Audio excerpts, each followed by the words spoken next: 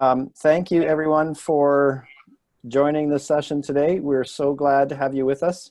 And we know that you're gathering from all over the place. My name's Paul Kiss. I serve as pastor here in Ontario, Canada, up along Georgian Bay, for some of you who will know where that is. Beautiful little town called Collingwood. And I have the privilege of today joining with Jenny Waldron and Ricci, Skye, and George. George, I can't remember your last name. Bedlian. Bedlian, that's right. So George and Jenny are from Washington State. Ricci's from California. And we are going to be talking about discipling and mobilizing our people for mission. So what we're hoping to accomplish during our time together is very conversational style, just asking some questions of our hosts or our guests, and then we want to give you opportunities to also ask your questions. And so what I'm going to do is just actually give each of you the opportunity to introduce yourselves to us. Tell us who you are, tell us where you are, tell us a little bit about yourself, about your church, particularly about your cultural setting, where are you located? Maybe tell us, your height, your weight, your age, stuff like that. Yeah, so why don't we start with our very nicely coordinated Ricci or Jenny. So Ricci, let's go with you. Introduce yourself to us. Tell us a bit about you and your congregation, and particularly your cultural setting. Yeah. Hey, everybody. I am Ricci Skye, although it looks like Ricky Ski. It is Ricci Skye, located right here in the Lowell neighborhood of Fresno, California. My husband and I co-planted and now co-pastor a church called On Ramps Covenant Church right here in our neighborhood. We're about 8.5 years old, and we are a multi-ethnic, multiracial, multicultural, which are all very different, intergenerational urban church. And we are, pre-COVID, on a Saturday night for our worship gatherings, there would be maybe 150 of us. However, we look at our church as a parish church, and it's a parish church model. And so all 6,800 residents in our neighborhood is who we feel spiritual responsibility for. So that's just a little bit about me and about Fresno, and about the Lowell neighborhood where I live and serve. Okay, so you're very urban inner city. Very urban, yes. Inner city. Back in 2005, we were ranked #1 for concentrated poverty in the nation. So okay, now we're #2. All right. Well, Jenny, let's hear from you. Sure. Hi, I'm Jenny. I live in an area called Kitsap County in Washington. The probably most famous city is Bremerton. There's a naval shipyard here. We actually have 3 bases all in our county. And so there's a lot of coming and going in our area. I would call it rural suburban. So there are really anything from, we've got ferries that go back and forth to Seattle. And so there are a lot of people who commute to Seattle who live in our area. So military commute to Seattle, and then there's also just incredibly rural spaces. So personally, I live in one of those more rural areas in our scope.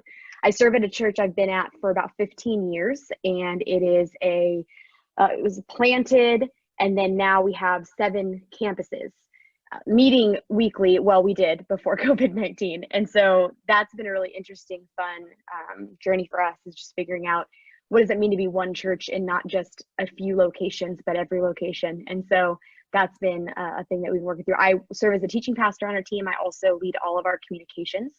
And actually the week of, which I'll share a little bit more about later, the week that all of our schools shut down and everything shut down in Washington State, I was actually going to be leading a team to launch our newest campus. And so that's been a fun adventure. What a great time to launch a campus. Well, George, how about you? Yeah, my name is George, in Puyallup, Washington. And we planted the church as like a missional community. Some of you guys will be familiar with that language, and have kind of grown up and become like a more organized, beautiful mess. And so we've been around since what, almost 10 years. And our goal has been to really reach, people who are far from Jesus. In the Northwest, we have a lot. It's a I'd say very post-Christian culture as the majority. And a lot of people didn't grow up in church, don't know the stories. One of the guys that found Christ came up to me after church one day and said, I love that new worship song. He's like, but who is Hosanna and why are we worshiping her? So our churches started off with about 60% conversion rate, like of new Christians, non-Christians, former atheists, Mormons, Muslims, even, and people from a variety of spiritual beliefs, secular humanists. It was really interesting, and we're kind of in an interesting context in our area because we kind of we're in a suburban-ish area but draws, because it's on the I-5 corridor. We draw people from the Tacoma urban, and just a little bit of the, who we're trying to reach. We pull from there, and we pull from, more rural areas. We kind of have a spectrum of people, which makes it really fun. A lot of different perspectives. And so our goal has really been to reach those kind of Northwest skeptics or spiritually curious people. And what was the other thing I was going to say? I think the only thing I wanted to say is I've just been really grateful to be part of Jesus Collective. Love learning from what you guys are doing. And it's funny because I didn't know Jenny's like not far from us at all. She's just out on the peninsula. And I knew Ricci, I knew more about her neighborhood than I did about Jenny's. It was one of my heroes, a few of my heroes that have really developed some great what I would call, incarnational, missional neighborhood transformation. Ricci actually works with, and so I'm so excited to hear from her and what she's doing. And it's been really cool to meet Jenny and get a little snapshot of the cool things you guys are doing. So it's all been really cool. And Paul is a great guy. Maybe he can introduce himself more fully now. He should. You guys will like Paul. Pastor. I spent some time in England as a missionary, and then 6 years ago moved back here with my wife, and our children are basically grown up. Our son's graduating high school this year. We have a married daughter. We have grandchildren, and looking to be able to interact more with our grandchildren. One's not quite here yet, but close enough. We've been here 6 years, part of a well-established congregation, part of the Be in Christ Church. They went through some difficult times. We've been through some good times, and now we're experiencing a difficult time together, and grateful for the learning. So today's very much about learning together. And so we want to make sure that we allow you to ask questions as well. I was in East London, in the borough of Walthamstow. Steve's asking where I was in England. So yeah, the end of the Victoria line, and had a lovely time there. So what I'm excited about today with this conversation about equipping our churches, and particularly around discipling, about mobilizing, is that we've got Ricci representing like a very inner city urban context. Jenny's kind of that rural or small town kind of concept, and George has got that suburban concept. And then so like right from new churches to a little more established churches. So I think that's going to hopefully kind of cover the basis of what you guys are bringing with your expectations and your desires for learning together. So I'm kind of excited about this. So let's start off by talking a little bit about what you guys have been doing, from the time that this crisis has started. How have you been able to work at keeping your congregations or your people connected, feeling like they're still gathered together, so to speak? And just one of you can chime in. Yeah, I mean, I'll go ahead and get started. In our neighborhood, kind of like what George was talking about earlier, just this idea of incarnational ministry, very mission driven anyway. A lot of the people who are a part of our church as missional members, we live right next door to each other or right across the street from each other. So it is this beautiful family. Sense of family. So the incarnational ministry, it just kind of happened naturally. There were some systems that we put in place pre-COVID that we've just been able to continue. Things such as street parishes, where right now there are 2 streets in our neighborhood who they gather once a month, socially distance and responsible and all that good stuff, right? We're not trying to, right, break any rules. But they gather their first responders for anything that's happening on that street. They are the first celebrants to celebrate anything that's happening on that street. And so those are systems that, again, we put in place pre-COVID that we just get to continue. And it's been really, really cool to see them morph.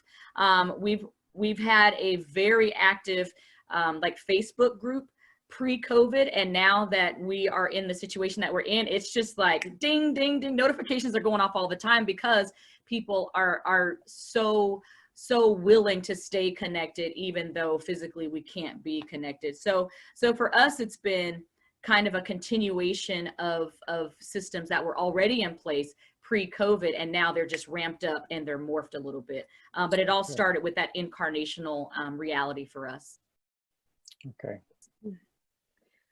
That's I always think, which Ricci, that's so incredible and encouraging. And also, I would say for all of us to consider, even in a season like this, what is it that our teams, that our communities can put into place that might even carry us into the next season. So what a great gift that you had something before this season, but we still do have that opportunity. And those are some of the questions my community is asking, is not just, is this a time, I have a great mentor who said, you have a couple options. You can react to things, and actually you're going to have to react. But the best thing we can do as leaders who follow Jesus is take our reactions before Jesus and ask him what our response is. And then once we have that response, then we lead. And I think if we lead from a place of reaction, I would actually say that's what we did in the very beginning of this crisis. There's good things and then there's bad things. So in our space, like I said, we were supposed to be launching one of our locations on the 15th of March. And that most of our campuses meet in schools, and the schools all shut down. So no one could meet. And then ultimately the governor reduced gathering sizes to where our largest main location, which is the only one that has a building, also could not meet. And so in 3 days, so we had filmed our sermons and put our sermons online, but in 3 days, we went from just a Facebook Live of our sermons to producing an entire live gathering that we sent out on 3. I mean, I'm sure everyone had some crazy things like that. I joke that we turned into a television studio overnight. And, we just did it. And what's funny is I think in those first 3 weeks, we were so concerned with getting the learning out there, the teaching and the worship and the things that people have always wanted, because we were reacting. And what we noticed after those first 3 weeks is really what people needed was connection. And so, yes, they can get the greatest teaching in the world. I mean, in the palm of your hand, you can have any teacher you want around the world. That's not the need that people have. Why do people gather in our communities? Because they feel led there by Jesus. They feel activated to be a part of their community because there's something that they're getting there that they can't get anywhere else. And I believe that is this call of connection to our communities, leadership in our communities, that we believe that it's not just about us, that it is about making a difference in the name of Jesus and being called into a new way of living. And so what we shifted to in that time, yes, we're still producing live gatherings that we're throwing out there because we think that's a great resource. But in those first couple of weeks, our pastor actually had a really great moment of leadership and said, we're going to make a phone call to every single person we have a phone number for, actual phone call. And I don't care how long it takes, it's going to happen. So our teams just jumped on that. We started getting these care call lists.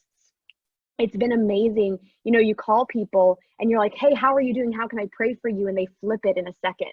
No, how can I pray for you? Like, what is it that we can do to be involved? And I would say like the greatest activation moments that I've had in the last 8 weeks have been on those phone calls where I'm just discovering so many people whose heart is to serve and to make a difference in Jesus' name. So it's been really cool to see as we make phone calls that connection is really where I would say discipleship and activation are happening in our community. We sometimes compartmentalize all these things, and yet you realize that people are holistic beings. So all these things are connected one to the other. George, how about you guys at Whitewater Church? Yeah, I'll try to keep it brief just because of, I know we're wanting to cover a lot of things. So what we kind of did was when it hit,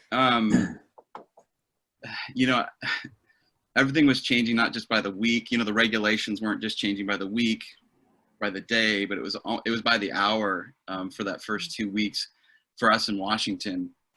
And I'm sure that's happened elsewhere. But I think we were one of the first places it landed. And so what we did was we structure our church around supporting and sending, kind of the gathering and scattering. And so what we did was, okay, we need to be strong in both these areas. And it's been amazing that I heard a quote, and I think it's pretty true, that the failures of your church will be accelerated in crisis, and the successes of your church will be accelerated in crisis. And that's been true for us. Like, we've been learning a lot through this.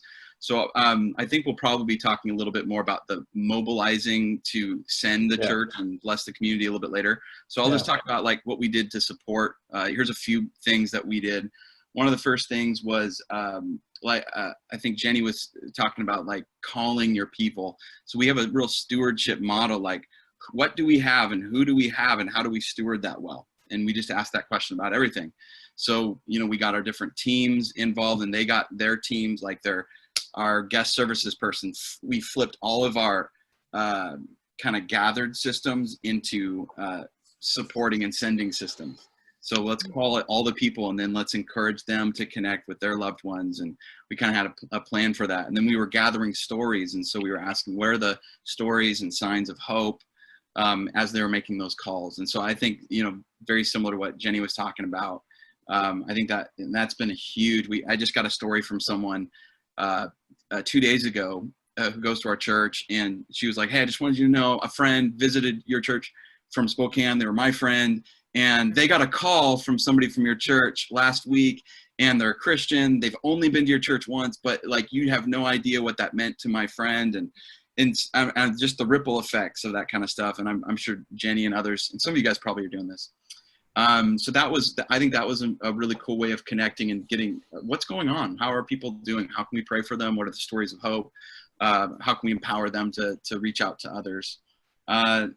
The other thing is I recorded quite a few sermons that first week, because we didn't know if, like, we were not going to be able to meet at all. So I recorded a few sermons, one, because we didn't know if we were going to be able to do this, you know, going forward, or what was going to happen. But more importantly, we wanted to film those and get those in the can, so that I could work with a team that was built around reaching our community, and I could start building partnerships and spend my time on the phone with our current partners and future partners in our local community. And that actually has paid a lot of dividends, and not just for me, obviously, like doing those recordings, but it helped our whole team. So the only other thing I would say that has been really helpful is we started a campaign called Social Hour.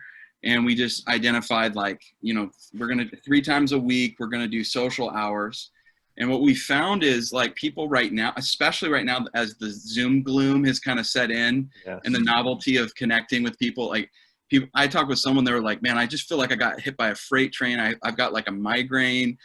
People aren't wanting to be on something like this as much, because then they're accountable for being on there. Someone might ask them a question. So we found that live stream is actually working better, even though, like, my background is like incarnational relation, this kind of, as much as you can connect with people, but more of the on-demand and live stream stuff right now. I think we're in there's going to be phases to the whole COVID-19 thing socially.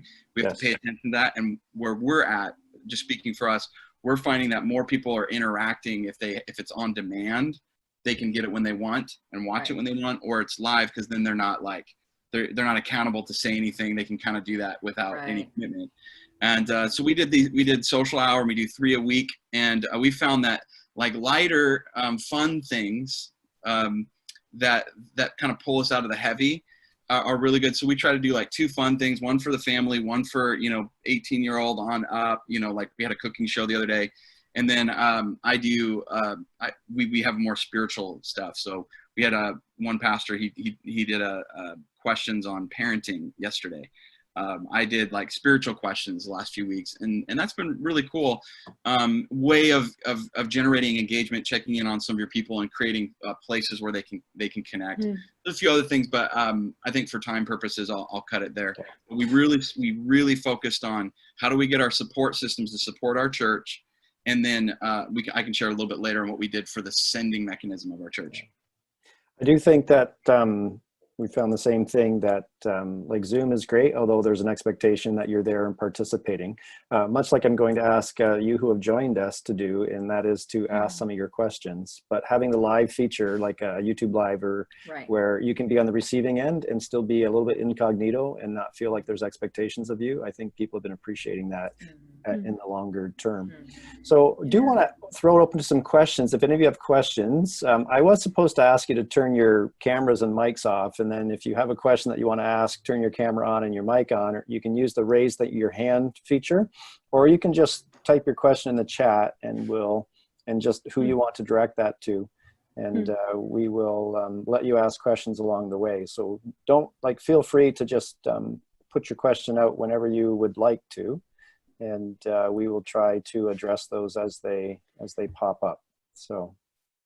Well, while we're waiting for somebody to ask a question, I thought you hit on something really important, George. I think that sometimes as church leaders, it's really easy to focus on this equipping kind of content. Like, we want to have moments of corporate worship. We want to have moments of great teaching that's, we've got gospel-centric messaging happening, and meeting needs, I think, which obviously we will get to a little bit later, feel like pretty core tenets of how we want to be a community. And we have found in this season, and maybe most of you have as well, that those moments of laughter and joy and connection have been meeting. Someone asked me last week, what has been the most unexpected need? I kind of thought there would be a little bit more financial need in our area than there has been, because so many of our people are government employees. But the biggest need that I've seen in our space is really just for people to have a little bit of fun. Yep. And we did two things it was just, we just try stuff, right? So one of them was, there's a couple of guys on our team who started a Tuesday night trivia. And it's kind of that live stream thing where it's Facebook Live and people come on. And it has been amazing. People are sending in stories saying, I cannot explain to you how much this has blessed me. It does give you an opportunity for people to see each other and comment back and forth. But more than that, it was fun. And I think especially in seasons of crisis, we can forget that our God is a God of joy, that Jesus was joyful. Jesus took time with children. Like, this is part of the character of God that we get to embody as Jesus people. And the other thing we did was we started a late night show on Sunday nights. I get to host it with a couple of friends. And it's honestly, at one point, our lead pastor was like, get to the edge, like get to the right to the edge of I'll be mad at you. And I was like, done in a hot second. And so we have had a great time. But on that time, we actually did this thing called the Dollar Club, where we said, hey, everybody who's watching right now, I don't know how many it is, would you send in $1? Because there's an organization in our community called Coffee Oasis who helps teenagers who are experiencing homelessness. And there's a homeless community that is moved into our community fairgrounds. And so we wanted to provide coffee from the organization that serves those teenagers to those who are experiencing homelessness that have now sheltered in this one place. And so we had this goal of like $50. And over $250 came in of the people who are watching the show, just sending in $1 saying, yeah, I want to be part of it. And, there's big numbers and there's small numbers, but one of those moments, it just shows that people they're ready to help. They're like, I have a little, I can do a little, I want to make a difference. And so those things have been like this collective encouragement that I've seen. And I think encouragement comes in all kinds of ways. I love how George talked about stories of hope. And I think we can continue to be encouragers in this season. Like, let's not forget that great calling. That's great. There's some questions coming in. George, just share a little bit more about what you guys have done in social hours, some fun things, and then we'll move into a little bit around the mobilizing and some of the things that you've been able to do. Yeah, you guys are going to love some, Ricci, I've got some questions for you on like your mobilization. I'm excited to hear. Yes. Briefly, we kind of did a centralized and a decentralized way of empowering kind of social stuff. So social hour, kind of our centralized way of doing it. We've had just fun stuff like Jenny was talking about, some similar things to that. we did a for families, young families, we've done like show and tell. Kids just get on, they show what they have and they talk about it. It creates a environment for our little ones. They miss their friends, you know, from church and from school. And you can also empower people, you know, if they've got friends and their kids are in a school, because we're a sent people. So if their kids have been sent to a school, or every person is sent to maybe it's a workplace, it's some kind of calling, maybe their neighborhood, whatever it might be, they can use these ideas and they can do it themselves. So you can decentralize through these ideas too, which is really cool.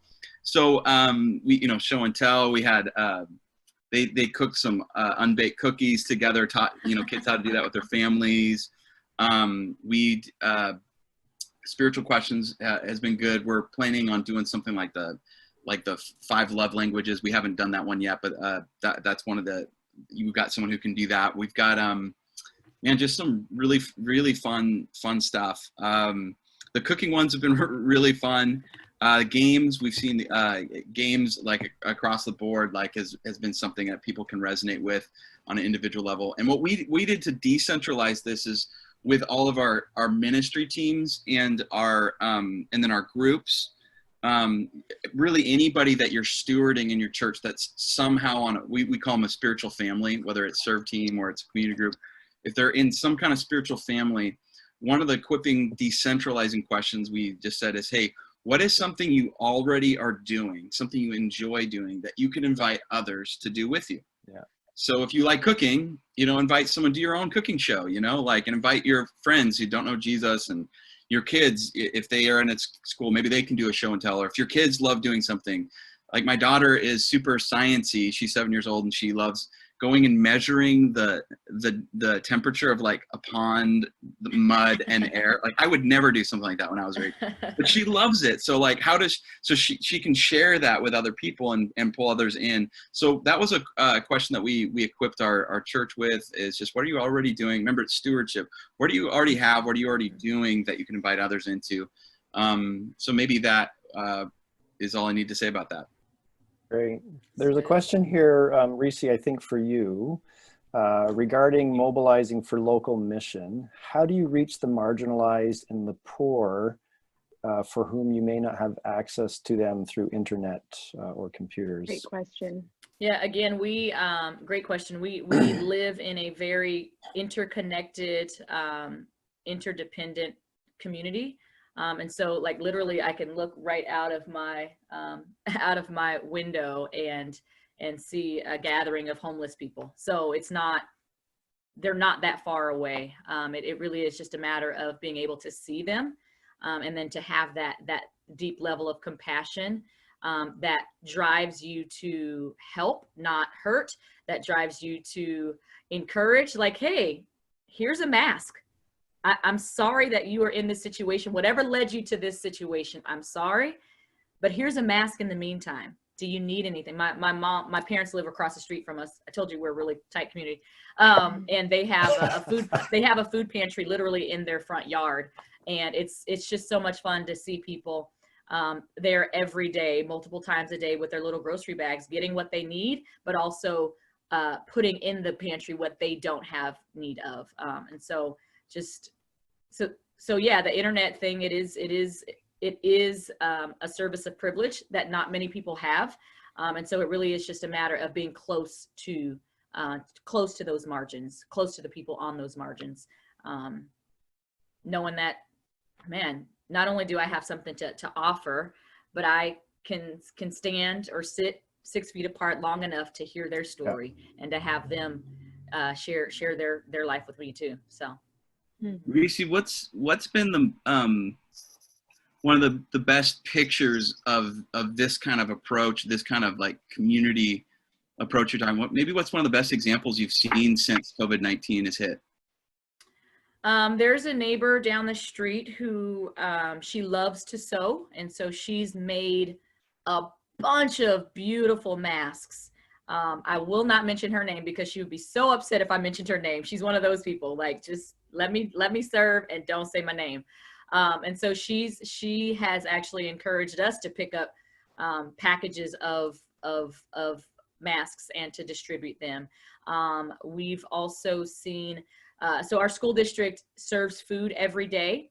but whatever's left over, people from our church, we go and we gather it. And then we have 5 drop-off locations in the neighborhood. My parents being one of those drop-off locations, but where people are able to grab their yogurt, grab their fruit, grab their, their vegetables. And it's just enough for the day. We are really living in a daily bread moment, literally, in our neighborhood. Daily bread, just enough for today, Lord Jesus, please. And then tomorrow we'll worry about tomorrow. So yeah. Paul, there was a question here in the comments about especially more elderly communities or those who have lack of access to internet, but maybe for other reasons, or it's just a generational thing. And it's been interesting that the campus that I was going to be launching, our like core family team, we kind of started pulling together. So the week we're supposed to launch, we can't. So I ended up just kind of pulling together everyone that could, because we were still within our social distancing guidelines to be in small groups of 15. And so from then we've just tried to stay connected. And I would say a majority of the people on that team are a bit older and really have struggled with the online connection. Many of them don't have Facebook. Actually, one of them has tried multiple times to get onto our Zoom call just for our kind of core team meeting and just cannot figure it out with calling in, all those different things. And I found the best thing is just planning to have a 30-minute phone call. Yep. I am planning. I put aside, this is the afternoon, I'm just going to make the phone call. I'm going to have no agenda at all. And I'm just going to ask, how are you?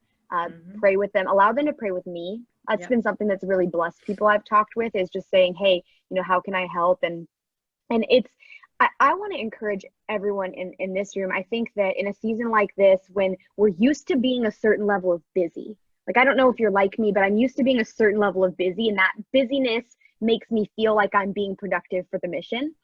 And in this season, I've really taken solace in, like, I'm doing enough.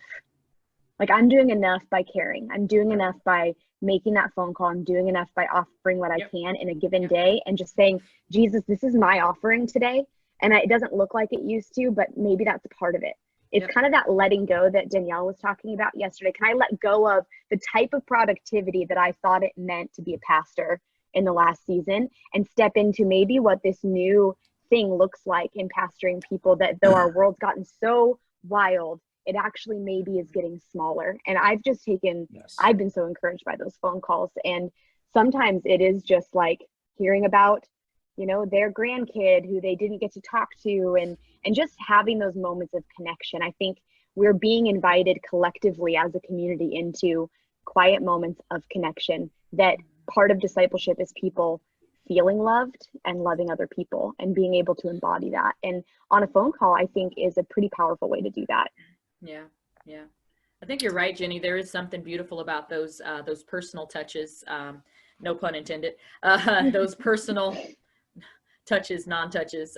We have a team of elders who we split up all the missional members of the church, and each elder is responsible for a list of names, and they call every 10 days. But then those elders are also serving as elders on duty every day. So my husband and I, we have Sundays, but the other 6 days of the week, there are two other elders per day serving, ready to meet the very real needs of the people, that right then and there. And so it has really helped to broaden the base of leadership, yes, but also bring balance to, like you said, our once busy lives. We don't want to now ramp up the busyness, but we've even been able to spread that love too. So that's good, Jenny. Yeah, those calls mean a lot. That's been one of the learnings for us, is like that balance between responsibility and rest. And we are, I don't know about anybody else, we are struggling with that. We were trying not to do more, but it's really hard with, you're flipping systems, you're trying to mobilize people. So that's been a learning for us, that we're not perfect at it at all. So that if you have some good habits that you've learned as a church, send them our way, because we're trying to do our best with that. We're partnering our staff and our leaders up, trying to, get them prayer partners. That's been helpful, helping people like come up with a soul care plan for mental and emotional care. And I think that that wave, if we're talking about the future, I'll just mention a few things about mobilization and then future, because I think there are a few questions about that. Yep, there is. I think the future wave has not hit, because it's a future wave, and I think it's going to be the wave of emotional trauma, mental trauma. Imagine, I mean, my wife started crying after, I think it was week 2. She started thinking about the children that were going to be in homes that their only escape was when they got to go to school. Yep. Yeah. Spouses who are experiencing spousal abuse, addictions that are just exploding right now, financial pressures that are exploding right now, job loss, and just the mental and emotional wave is going to hit. And I think that's something that we churches should prepare for and mobilize our people for. And I would, as far as mobilization goes, it connects to that, whatever we feel the future, what God is doing and where Jesus is pulling us, and what we're seeing, the way that the church can actually be good news. I think it's really important that we steward who we have. And so who do we know, do our churches, do we know who we have who are in the medical field? Do we know who we have that have lost their jobs? Do we know who we have that are educators? Do we know who we have that work in government? Do we know, like, it'd be really easy not to know those things if we're not thinking about from a mobilization and stewardship mentality. We're not going to ask those questions. We're asking more questions like, how can we get videos out to them? How can we do fun things like social hour? And those are important, but we need to understand, I feel, so I'll just speak for myself, that we need to be asking the question, how do we support the missionaries that God has given us? And that's every person in our church. And how are they doing? And then obviously we're a church we're stewarding the city that we're in. So how do we steward those resources? So here's a real quick, brief partnership, or sending. How do we send our church? We support and we send them. The gathered and the scattered church. One, do things in teams. Try to set up teams so you're not doing everything. One of the best things we did was we formed teams around advisory, trying to get good advice from people, and we have people from different fields we pulled in, a communications team. If you've got questions, you're like, how do we communicate? And how do we, you know what? I bet there's someone in your church that has better answers than we do for your area. And they could probably put a team together for internal, external communication. And you don't have to be you can be a church of 20 people and do that. We put together a team immediately. We already had some pieces, but we put a bigger team together for community outreach and the sending. And we created kind of a missional strategy. We put into an acrostic. It's really simple, but for us, it's been really a guiding force. And it's actually been, it has been so helpful during the crisis to have a strategy like this, because we know who we are. So it's simple. It's bless, BLESS. Build bridges to the bright spots. So look for the bright spots in the community. A lot of times we look at the deficit or we look at the problems only, but what if we look for the bright spots, the signs of hope, where God is at work? We look for partners, potential partners. They don't even have to be Christian to be partners to work for the peace of the city. Where are the bright spots, and build bridges to them. And I'm telling you, bridges are, the building of bridges is accelerated in a time of crisis. Yes. People will want to build bridges with you if you want to build bridges with them. So build those bridges to the bright spots, not just only looking for what's wrong, look for what's right, what's good in all kinds of areas of the city and in your church. The L stands for listen and learn. We are learning like crazy. Like I said, we're learning how do we manage that tension of responsibility and rest. And, people have the Zoom gloom, and we were trying to get people into community and connect people who have never met each other on Zoom, and we were fighting something that wasn't worth fighting. Like, okay, let's flip this. That's not so natural. we're learning and we're listening. We're trying to listen to our people and our city, listen to them. The E stands for equip and encourage. It's about empowerment. So, we need to be encouragers. We need to equip people. And how do we do that in this setting? The S stands for storytelling, sharing stories. And sharing stories of bright spots and bridge building and where God's at work and, those kinds of things. And obviously people sharing their story about the gospel. And then lastly, support and send. Support and send. So that simple strategy for us, we've just, it's been kind of in our DNA just over and over, because in times of crisis, the missional church shines. We're not perfect at this. But man, the churches that aren't just trying to survive and they're not just shutting everything down Right. are ones who are serving and sending. So I just want to encourage you guys with that. That article that Jesus Collective put out in the email yesterday from, I think it's Andy Crouch, on, you know, treating this like, some want to treat this like a blizzard, and just wait it out and hope it goes away. And then like into the winter, and then the whole concept of the ice age that, you know, so as we're doing the things that our church is doing now, we're also on the front end now of redeveloping a whole new 18 to 24 month ministry plan that would look radically different. So, and that ties in with one of the questions that was asked here was, what have you been doing that like you started doing now that you actually want to keep doing moving forward? And if you've got any thoughts around that. Yeah, I think for us, something that George mentioned earlier was just how emotional trauma is going to hit. I would say for us, it's just been deepened because, I mean, COVID-19 is just a layer. It's just a layer, as devastating as it is. And don't get me wrong, I'm not trying to downplay its effect. It is devastating. And it's a layer of complexity in our neighborhood, in our community. Yes. We've got food deserts, we've got housing insecurity, we've got racism, we've got lack of access to just basic needs, right? So COVID-19 is just a layer, and that emotional trauma has been deepened. It's not starting for us, it's deepening. So one of the things that I think we are definitely going to continue post-COVID, if we can even say post-COVID, is the elder calls, those every 10-day elder calls for those who live outside of the neighborhood. Again, we can walk outside and see everybody at our church, but for those who live outside of the neighborhood, it really is a matter of a phone call. We're going to continue those. We're going to continue the elders on duty, 2 per day. It's just been an amazing gift to our body. We're obviously going to continue our street parishes. That's where a lot of life happens, where people are coming and they're picking up grab and go dinners, and then they're writing down their phone numbers so that we can call them later to pray with them. Right. Some of those numbers are disconnected by the time we call them, but we know where they live, and so we're able to, you know, knock on the door and like, hey, let's pray now. So we're definitely going to continue those, and I think just the high level of activity in our Facebook group, that's going to continue for sure. And then some of the online things that we've started, like you said, George, we've got the serious stuff like a Pray 316, where every day we're praying at 316. But then we also have the game nights, the silly virtual game nights where the kids and the youth and the adults are involved. Good. And so that's been fun. All right. I'm going to just jump in here, Ricci. Yeah, go ahead. Because I know they're going to end our meeting soon. So, and we'll keep chatting. We got a minute or two, but thank you to all of you.